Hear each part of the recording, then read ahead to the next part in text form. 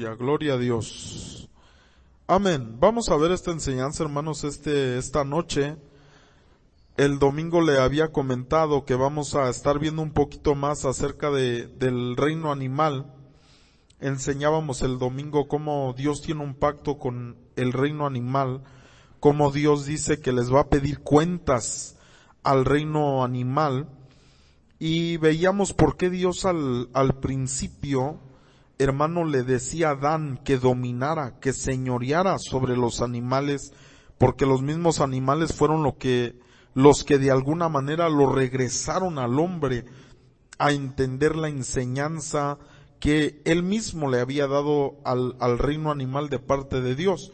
Y hoy vamos a ver esta enseñanza, no la voy a dar tan a profundidad por el tiempo, pero vamos a ver unos puntos, hermano, muy importantes. Y la enseñanza es una pregunta: ¿por qué eran almas de animales las que se derramaban en el altar? ¿Por qué eran almas de animales? Porque usted sabe que desde el principio, hermano, cuando se hacía el sacrificio, comúnmente eran animales los que eran sacrificados. Ahora, ya sabemos que los animales tienen alma, que tienen razonamiento, que piensan, incluso que hablan, que se comunican, y ya lo hemos estudiado en varias enseñanzas eso, hermanos, pero vamos a ver hoy por qué esas almas, es decir, qué pasaba con esa alma, hermano, cuando venía ante el sacerdote en el tiempo antiguo, y ese animal que era traído para ser sacrificado, hermano, era derramado allí en el altar, y obviamente pues algo pasaba cuando esto lo presentaban delante de Dios. Así que vamos a estar viendo Jeremías 31:27, vamos a iniciar con esta cita para ver un poquito de la simiente, y así vamos a desarrollar esto. Jeremías 31:27 dice: aquí vienen días, dice Jehová, en que sembraré la casa de Israel, dice, y la casa de Judá, de simiente, dice, de hombre, y de simiente de animal. Amén. Vamos a orar. Padre, gracias te damos en esta noche, te pedimos que nos auxilies, que nos ayudes, Señor. Que tu palabra, Dios mío, sea esa palabra que llega a nuestro corazón, ese rema, Señor, y ese logos, y que podamos ser nosotros buenos receptores y hacedores de tu palabra. Señor, auxílianos, por favor, danos la gracia, la sabiduría, la revelación para poder exponer y también para recibir, Padre. En el nombre de Cristo Jesús, amén y amén. Aquí está hablando la escritura, hermano, de el pacto, de un pacto que el Señor hizo, o que sí que desarrolló, pero que en este momento se estaba profetizando por medio de Jeremías. Y dice: he aquí vienen días, dice Jehová, en que sembraré la casa de Israel y la casa de Judá de simiente, dice, de hombre, y de simiente de animal. ¿Por qué dice de simiente, hermano amado, de animal? ¿Por qué no dice nada más de simiente de hombre? Y le decía el día domingo que cuando el Señor se refiere a su pueblo, pues obviamente nos compara al reino animal. ¿Por qué?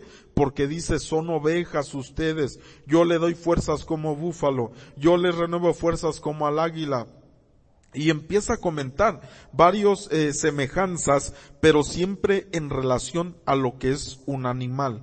Entonces, esa simbología o representación la vemos desde Génesis, hermano, hasta Apocalipsis. La vemos desarrollada en diferentes áreas, en diferentes aspectos, hermano amado. Y dice aquí la Escritura: voy a poner simiente de hombre, pero también simiente de animal.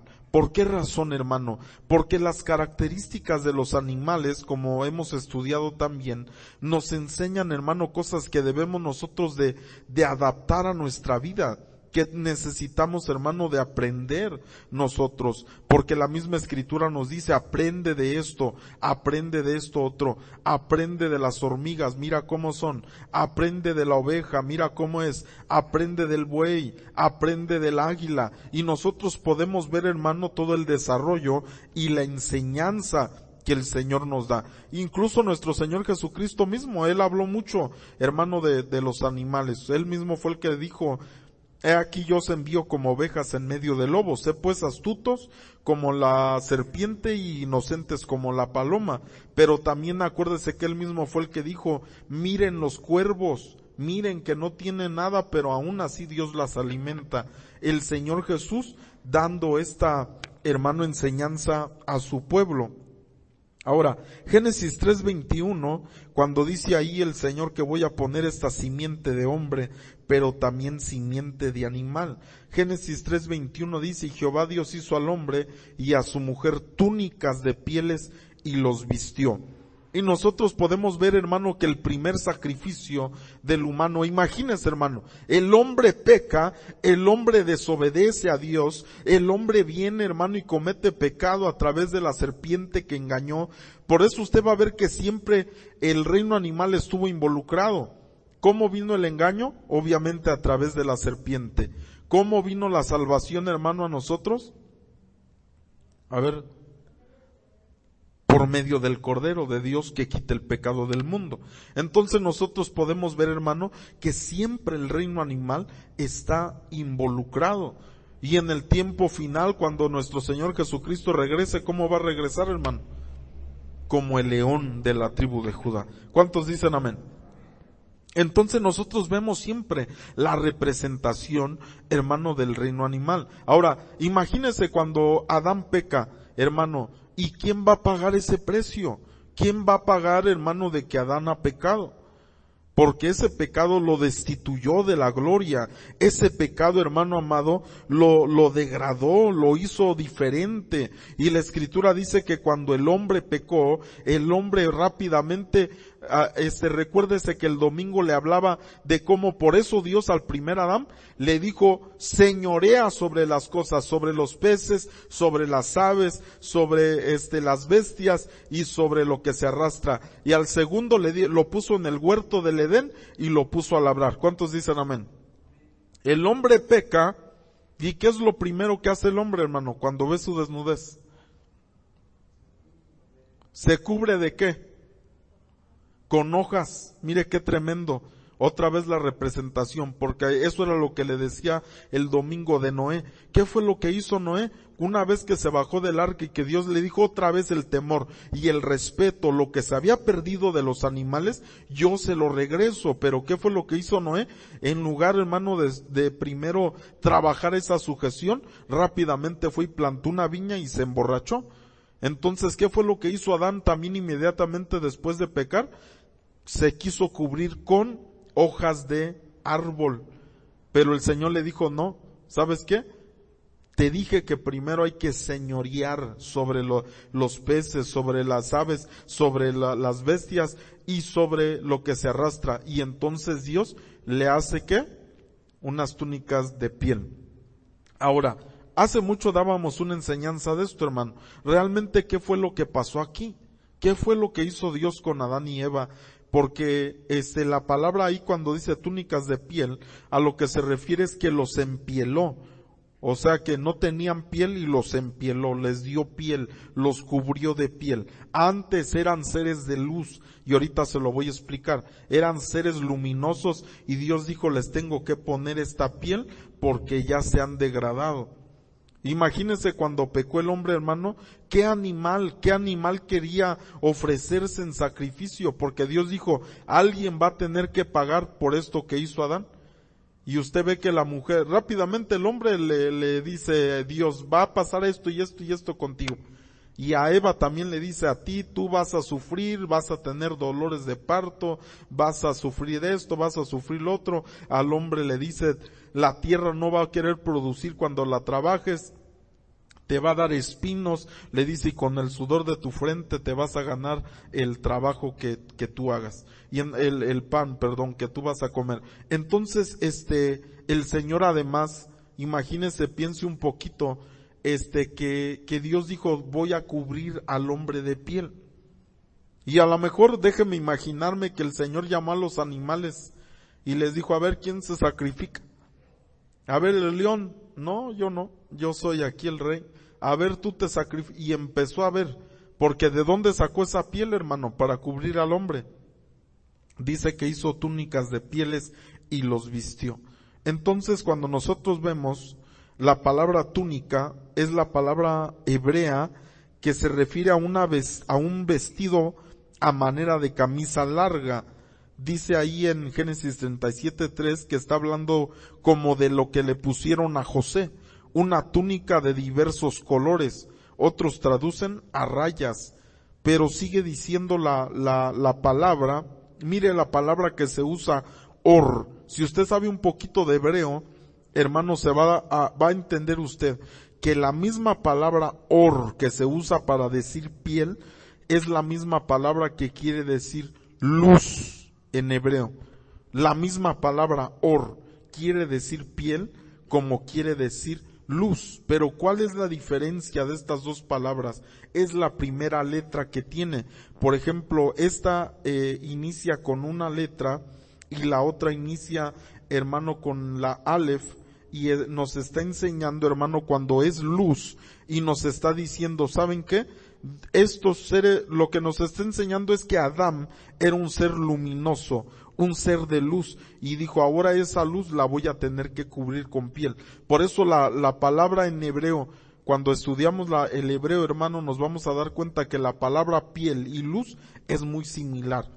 Solamente cambia por una letra, pero es casi la misma, es la misma raíz de la palabra. ¿Por qué, hermano, el Señor hace esto? ¿Por qué trae piel? Pero mire cómo dice aquí, por eso le digo yo que uso esa palabra empieló. ¿Por qué? Porque es como la puedo percibir, porque dice piel como desnuda. O sea, cuando nosotros leemos, hermano, Génesis, y vemos nosotros que dice que los vistió, ¿qué se imagina usted? Que les pusieron pieles, ¿no? Pero no es lo que dice en el hebreo. O sea, en el hebreo es otro pensamiento. Y lo que dice en el hebreo es que les puso piel, esta que tenemos ahora. La piel que nosotros hoy, usted puede ver en nosotros, es la que le puso a Adán y Eva, porque eran seres luminosos. Por eso, la palabra piel y la palabra luz es casi idéntica en el hebreo. Porque es la piel la que cubre la luz o la gloria que el ser humano tenía. Ahora, mire, vamos a entrarle un poquito más. Levítico 17:10 dice, si cualquier varón de la casa de Israel o de los extranjeros que moran entre ellos comiere alguna sangre, dice, yo pondré mi rostro contra la persona que comiere sangre y la cortaré de entre su pueblo. Verso 11, porque la vida de la carne está, en la sangre está, y yo os la he dado para hacer expiación sobre el altar por vuestras almas, y la misma sangre hará expiación de la persona. Dice esta otra versión, la Biblia latinoamericana 1995, dice, porque el alma dice de todo ser viviente está en su sangre. Y dice, yo les di la sangre para que la lleven ¿a dónde? Al altar, para el rescate de sus almas, pues esta sangre paga la deuda del alma. Entonces ve, hermano, que cuando Adán peca, tiene que haber un derramamiento de sangre. ¿Por qué? Porque se iba a pagar un pecado. Ahora, le aclaro, como la Escritura nos enseña en muchas partes, en muchas porciones y en el libro de los Hebreos, que ese pago, hermano, de pecado no era un pago absoluto. ¿Por qué? Porque recuérdese que siempre se tenía que presentar y que presentar y que presentar. Imagínese si uno era pobre, hermano, y era pecador, ¿cómo le hacía?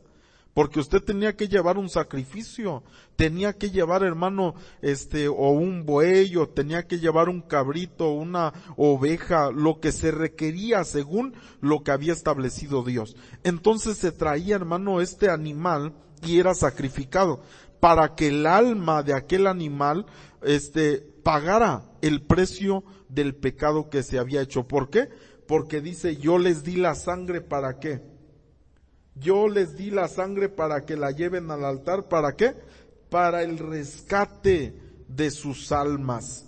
Quiere decir, hermano, que cuando la sangre es derramada en el altar, se está pagando, se está expiando, como dice en la Reina Valera, dice, y yo os la he dado para hacer expiación sobre el altar por vuestras almas. Es decir, se tiene que derramar una sangre, un alma.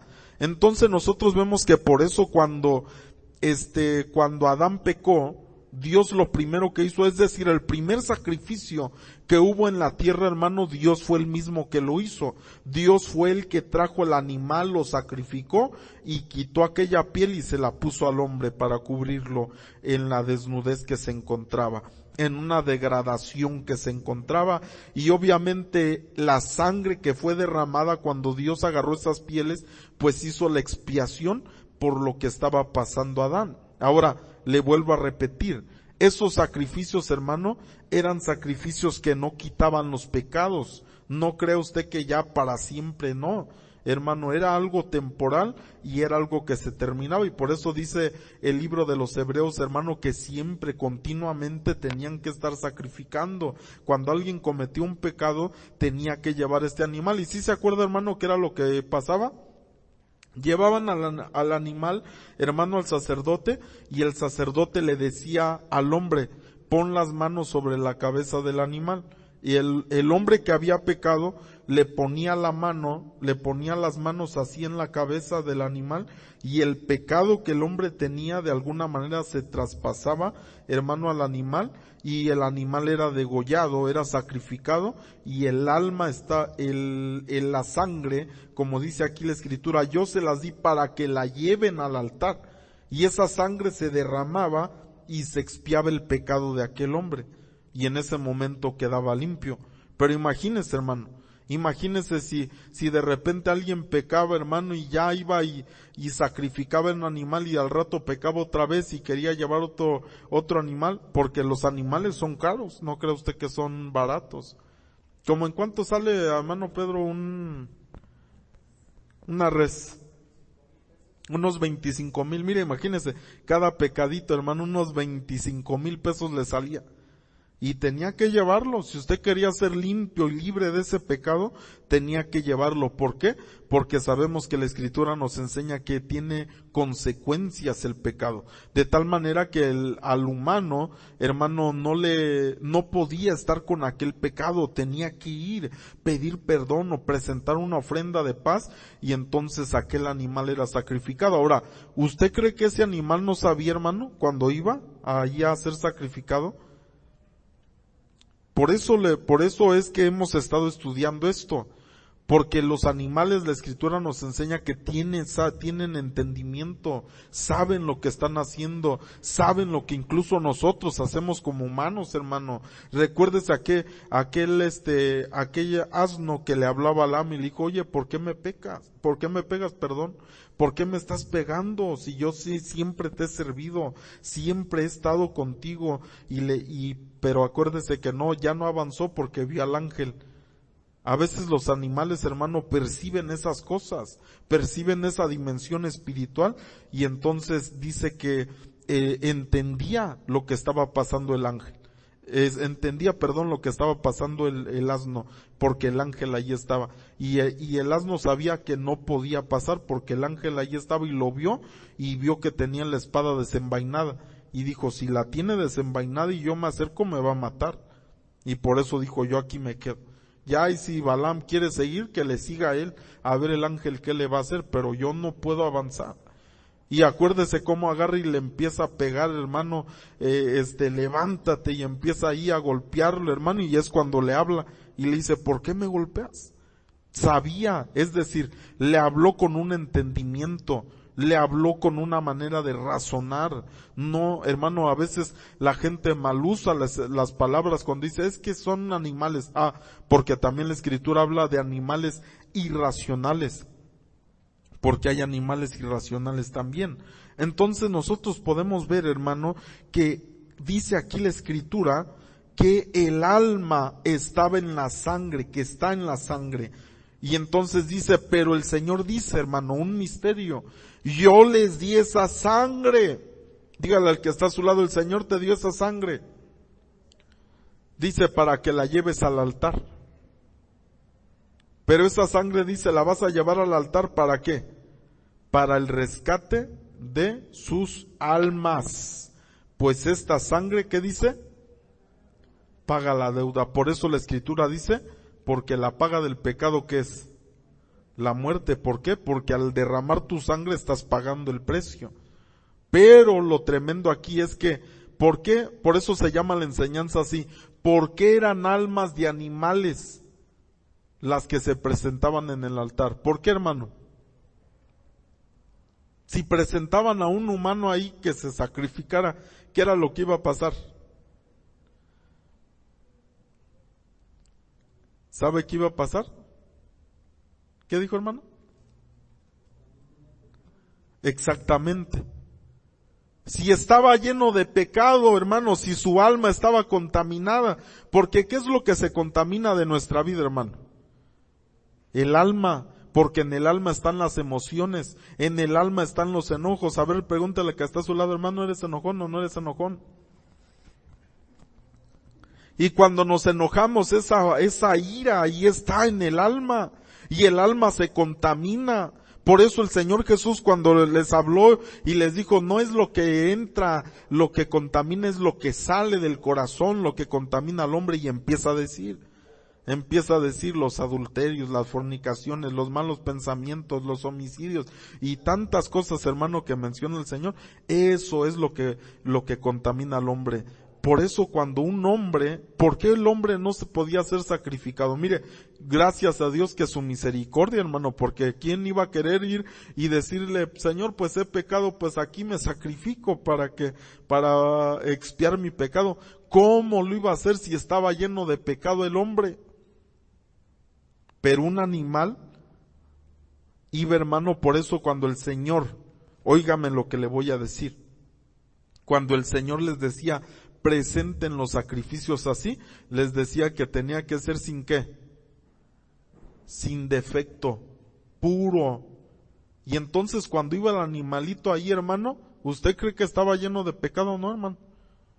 Era un animal santo, y cuando se sacrificaba, por eso es que los judíos por eso comen alimento ¿qué? Santo, kosher.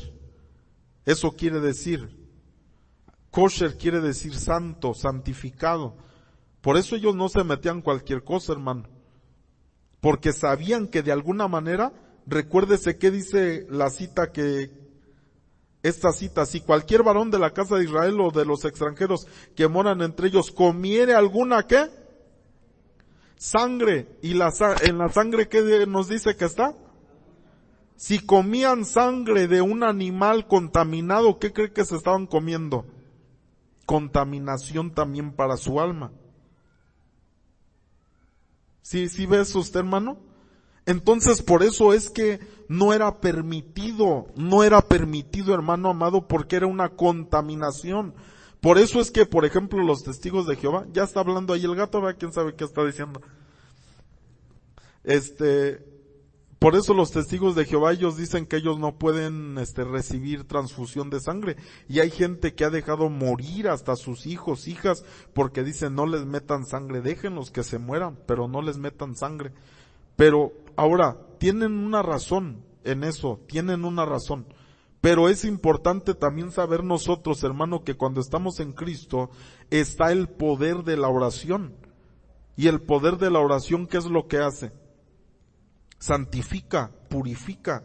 ¿Qué dice la Escritura? Si se toman los alimentos con acción de gracias, ¿qué les pasa a los alimentos? Son santificados. Entonces, hermano amado, ¿por qué se presentaban los animalitos, hermano, en sacrificio? Porque no tenían pecado. Ahora, si se presentaban, hermano amado, sucios, si se presentaban con defectos, si se presentaban de esa manera, obviamente no pasaba nada en el altar. ¿Por qué? Porque el Señor no iba a recibir algo malo, no iba a recibir algo dañado, no iba a recibir algo, hermano amado, de esa manera que estuviera contaminado. Por eso decía, tiene que ser así, así, así, así. Tenía que cumplir ciertas cosas el animal para poder ser sacrificado. Ahora, cuando era sacrificado, como entendemos esta cita, porque dice, mire, lo voy a volver a leer, porque el alma de todo ser viviente está en su sangre, y yo les di la sangre para que la lleven al altar para el rescate de sus almas, pues esta sangre, dice, paga la deuda del alma. Ok, entonces cuando la sangre, hermano amado, del animal era presentada en el altar, pues ¿qué era lo que pasaba? El alma de aquel animal, hermano amado, se iba a un lugar especial. No crea que los animales, hermano, ¿sí sabía que los animales también tienen pacto de restauración? Acuérdese en Isaías, ¿quién y quién dice que van a comer juntos? Dice, comerán juntos la vaca y el león, comerán juntos el lobo y el cordero, el niño y la serpiente jugarán cuando viene la restauración.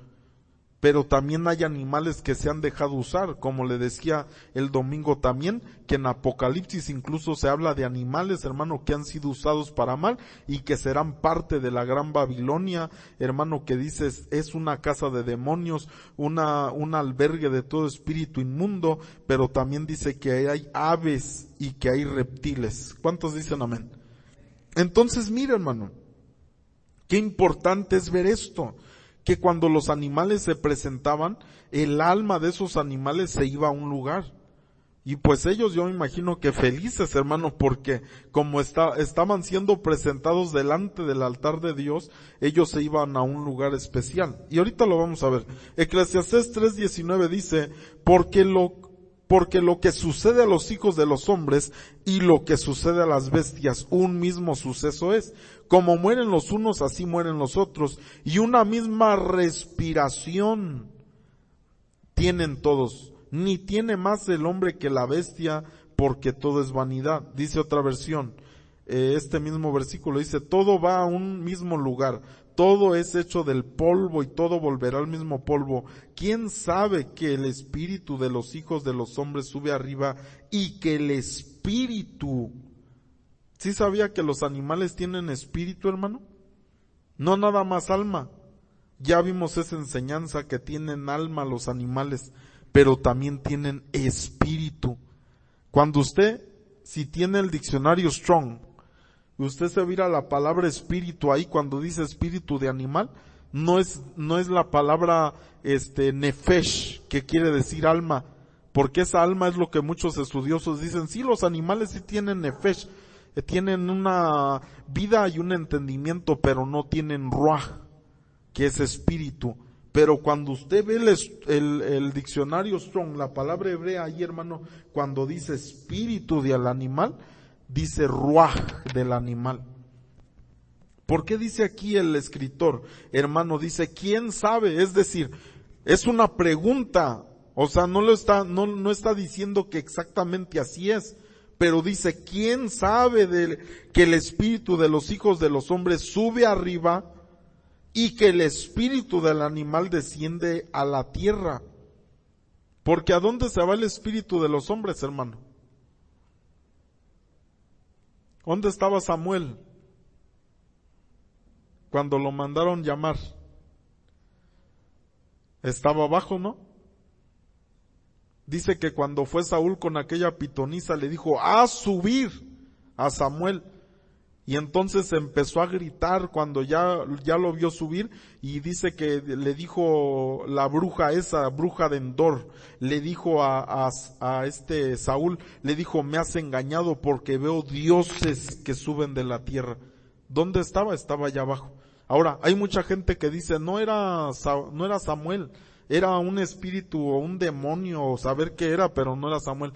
Entonces, si no era Samuel, ¿por qué la misma escritura dice Samuel le dijo? ¿O acaso la escritura misma lleva, hermano, el escritor inspirado por el Espíritu Santo a decir, pues yo imagino que era Samuel? No, dice porque era. Y incluso lo regañó a Saúl y le dijo, Saúl, ¿por qué has hecho esto? Si era un demonio, ¿usted cree que él iba a decir eso?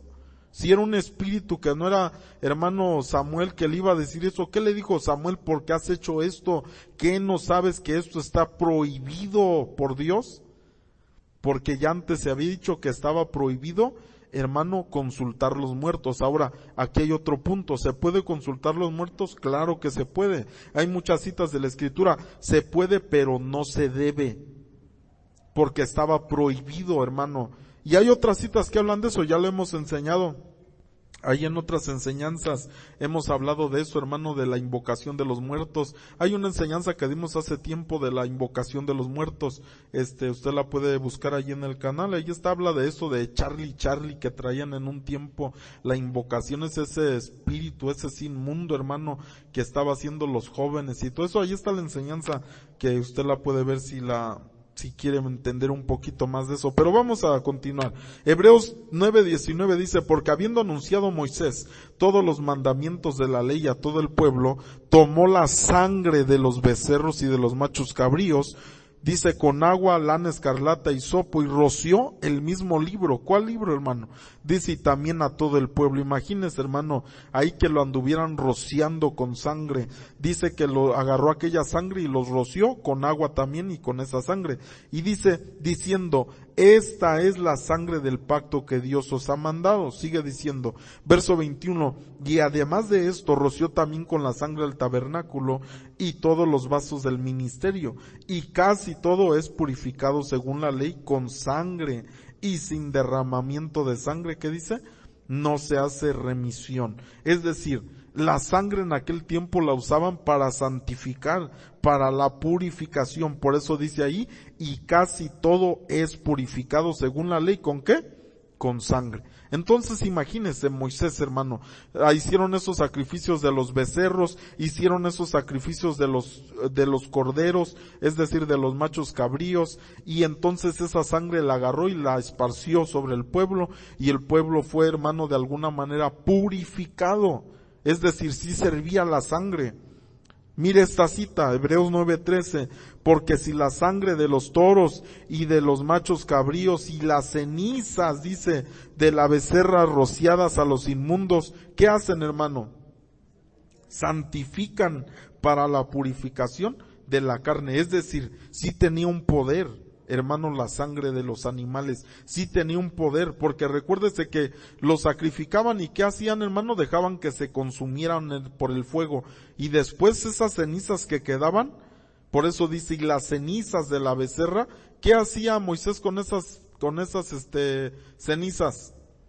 Las rociaba a los inmundos y eran santificados. Hay una enseñanza también que se llama el poder de la ceniza, ahí está en el canal también, que habla específicamente de eso, el poder de la ceniza. Y explico yo en esa enseñanza, hermano, porque usted ve que hay otra que van y se ponen ahí la mancha, ¿verdad? De la ceniza. Ahora, es representativa eso que hacen ellos, es decir, no crea que es una ignorancia. Ahora, en la manera que lo están haciendo sí es una ignorancia, porque en el tiempo que vivimos ya no. Antes sí, cuando Moisés lo hacía así, ahí sí se podía, ahí sí agarraba la ceniza y se las esparcía y se las rociaba, hermano, a los inmundos, y eran santificados y eran purificados de la carne. Pero hoy en este tiempo ya no, hermano, es válido eso. Y ahorita lo vamos a ver. Hebreos 13:11 dice, porque los cuerpos de aquellos animales cuya sangre, dice, a causa del pecado es introducida en el santuario por el sumo sacerdote, son quemados, dice, fuera del campamento. Es decir, la sangre se traía al santuario y el cuerpo era quemado fuera del campamento.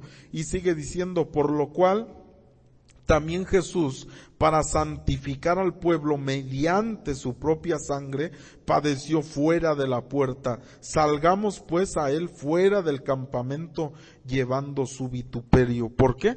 Porque fue sacrificado a manera de un animal que era sacrificado en la antigüedad. Por eso cuando Juan el Bautista lo vio, no dijo el Hijo de Dios.